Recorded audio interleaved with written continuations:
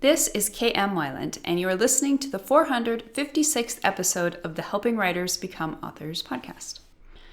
I am still just in the very early stages of starting to outline the third book in my Dreamlander trilogy. I've come to think of my outlining process as brainstorming on the page. The early part of the process is very much a stream of consciousness experience. I'll use a pen and paper and just talk to myself on the page, asking lots of questions, and trying to reason my way through the problems and plot holes until at some point my entire sense of the story starts to emerge. Of course, since this is the third and final book in the series, I already have some pretty solid notions about where the story and the characters are going. But I also find myself with lots of questions to answer, lots of cool stuff I teased in the first and second books that now have to get paid off suitably in this third book. The early portions of my outlines are always where the heaviest lifting happens. Before I get to the really fun stuff of playing with my characters, I'm first working on framing the overall conflict with realistic backstories, in this case millennia-old backstories, and antagonistic motivations. I want to make sure I get the broad foundations of the conflict in place before I start digging really deep with the specifics of my characters' personal journeys. It's perfect work for this cold, gray January. And now I hope you enjoyed this week's podcast, 10 Advantages of Writing a Single POV Story. Multiple POV stories versus single POV stories. Which is the right choice for you? The answer depends on many factors since every story is different. But knowing which approach to POV to choose isn't actually difficult once you know how to choose it. Wayfarer was the first ever single POV story I've written. For years now, I've consistently been minimizing the number of POVs I use. Behold the Dawn had 6, Dreamlander had 3, Storming had 2. Part of the reason for that trend has been nothing more than the subjective needs of the stories. But part of it has also been my own growing understanding of the importance of managing POVs to create a solid overall effect within a story. Being confined to a single POV in writing about blacksmith apprentice turned super speedster and reluctant hero Will Hardy challenged me in new ways and taught me about the value of a single POV story. Certainly, there are just as many benefits to multiple POV stories, and indeed my next couple books will return to featuring 3 POVs, which seems to be something of a sweet spot for me. But today I want to talk about the amazing power locked away within the restraint of a single POV story. Let's start by taking a look at the opposite side of the coin. What are some reasons multiple POV stories are especially challenging? And why might an author want to consider a single POV story as an alternative? Here are 4 frequent pitfalls found in multiple POV stories. Pitfall number 1, scattered narrative. Too often, multiple narrators create a narrative that has a scattergun approach to the story. This is especially true when those narrators haven't been chosen with clear reasons. Every time you add a POV to a story, it should be in clear response to the question, what is this narrator adding to the plot and theme that is irreplaceable? Although there is no reason a story with 20 POVs couldn't easily answer that question for every one of its narrators, the more POVs a story includes, the more difficult it becomes to justify each of them at every level of the story. When a POV cannot be fully justified, the result is a story that, however entertaining, inevitably feels unfocused. Pitfall number 2, less action in the plot.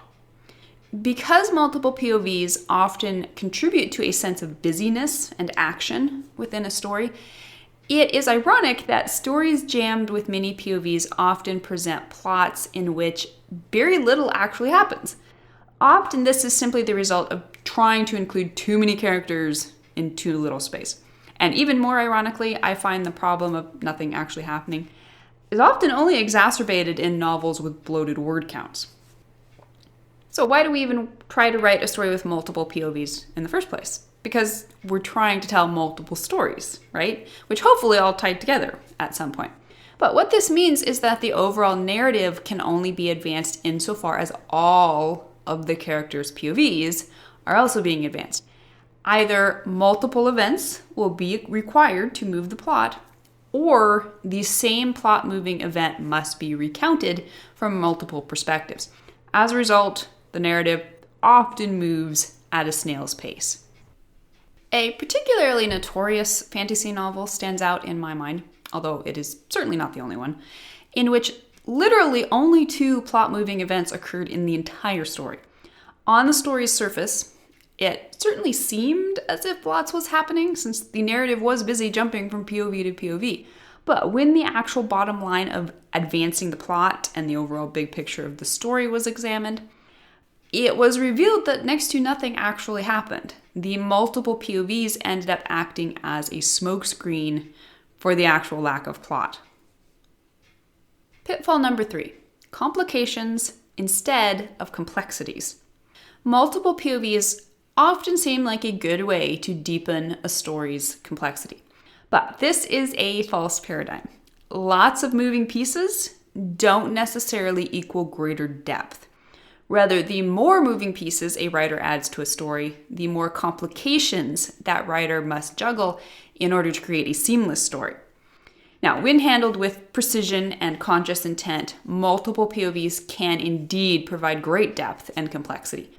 However, when authors add extra POVs without purposeful intent or without a clear understanding of the challenges, the result can be exactly the opposite of what they were hoping for. Instead of adding complexity to the story, the extra POVs just complicate it unnecessarily. Pitfall number 4, characters who don't impact each other. Another pitfall I commonly see in multiple POV stories, especially fantasy, is that of multiple storylines that never interact. A story as a whole must have a clear through line, with every piece advancing the plot down that line. As one of the most influential pieces in any story, a POV that fails its most important role of contributing to the overall story, well, at best, always create a noticeably jarring effect. Even more specifically, when narrators are leading separate storylines that do not directly interact with the storylines of other characters, what results is a frustratingly weak relational story. Stories are about people interacting. When the most important characters fail to interact, one of the story's most important opportunities is inevitably lost. And now let's take a look at some of the explicit advantages of choosing to write a single POV story. Advantage number 1, clear protagonist equals clear through line. Every story, no matter how many POVs it uses, must possess a unifying focus. Almost always, that focus will be a single character protagonist. This is the character who will appear at and directly influence every important structural moment in the story. Even should he be on screen for a comparatively small portion of the story, which, though possible, is rarely optimal, he will be the unifying thread that brings clarity and cohesion to the entire story. It is, of course, possible to write a multiple POV story in which the multiple narrators unite under a prominent protagonist. However, it is much easier to accomplish this effect in a single POV story. Every single scene you write will revolve around this character. If ever you write a scene that does not, it will be much easier to spot the problem within the context of a single narrator. In itself, this isn't a huge argument for a single narrator, but in realizing that this is the great power of a single POV story, you may have an easier time determining whether your story will truly benefit from multiple POVs or whether it would be better to be told from a more focused perspective. Advantage number 2, clear structural through line equals clear thematic through line. Just as conscious thought is a mental explanation of emotional motivations, plot is ultimately a device for conveying a deeper theme. As such, every choice within your story should be about creating a cohesive and resonant thematic through line.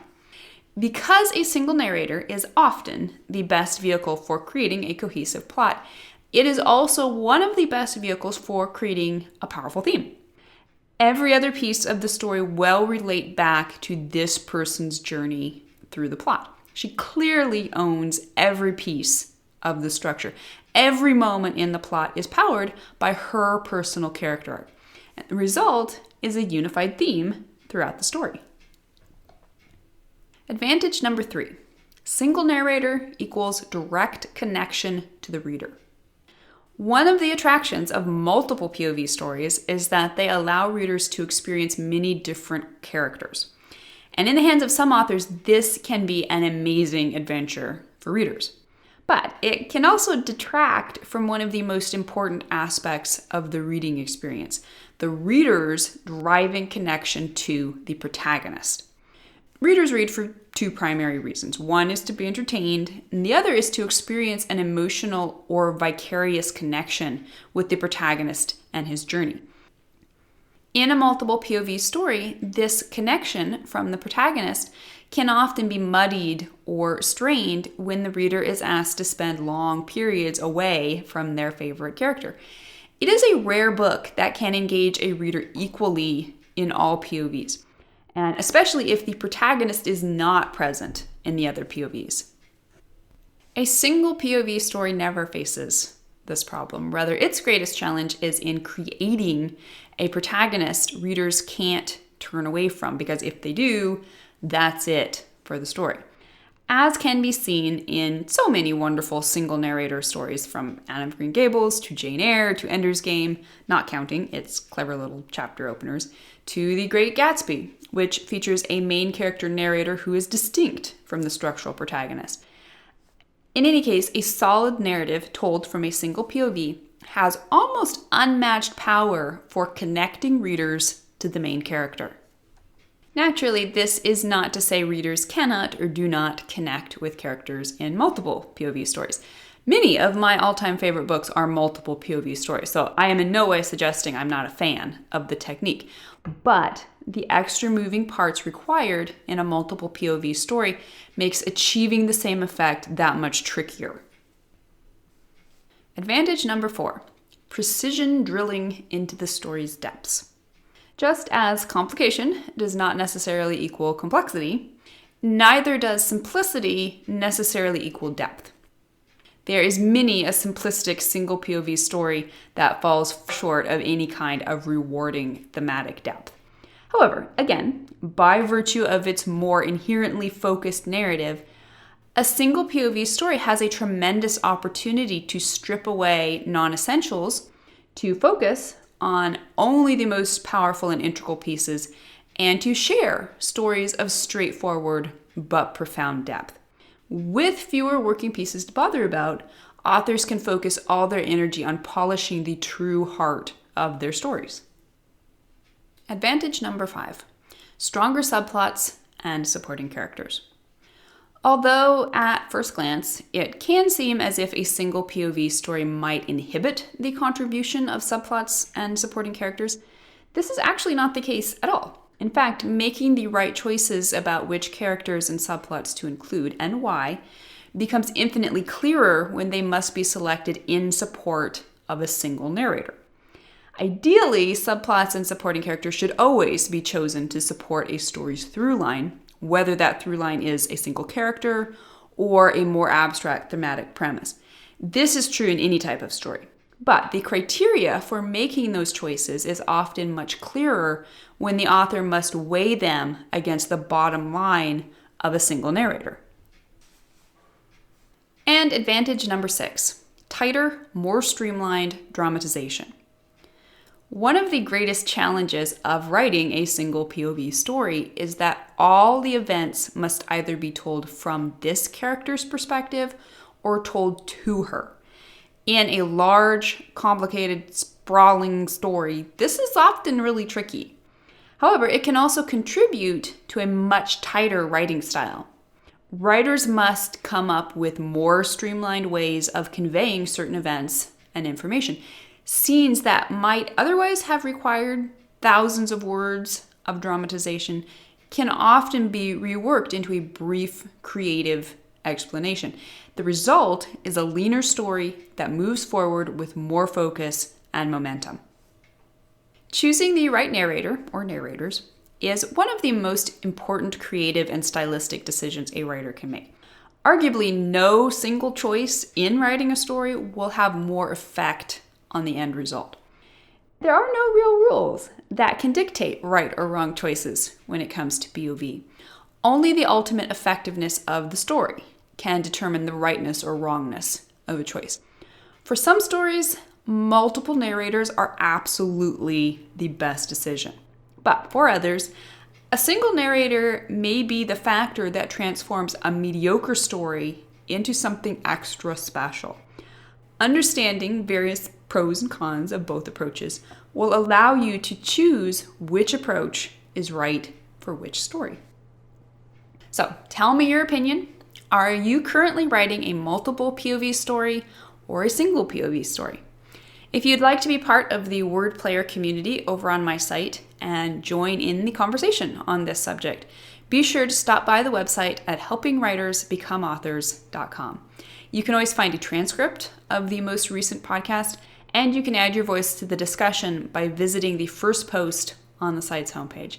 And don't forget that if you're looking for an older post, you can always find those by putting the podcast title in the search field, which is at the top of the right-hand column if you're on a desktop computer, or down at the bottom of the page if you're on a mobile device with a smaller screen.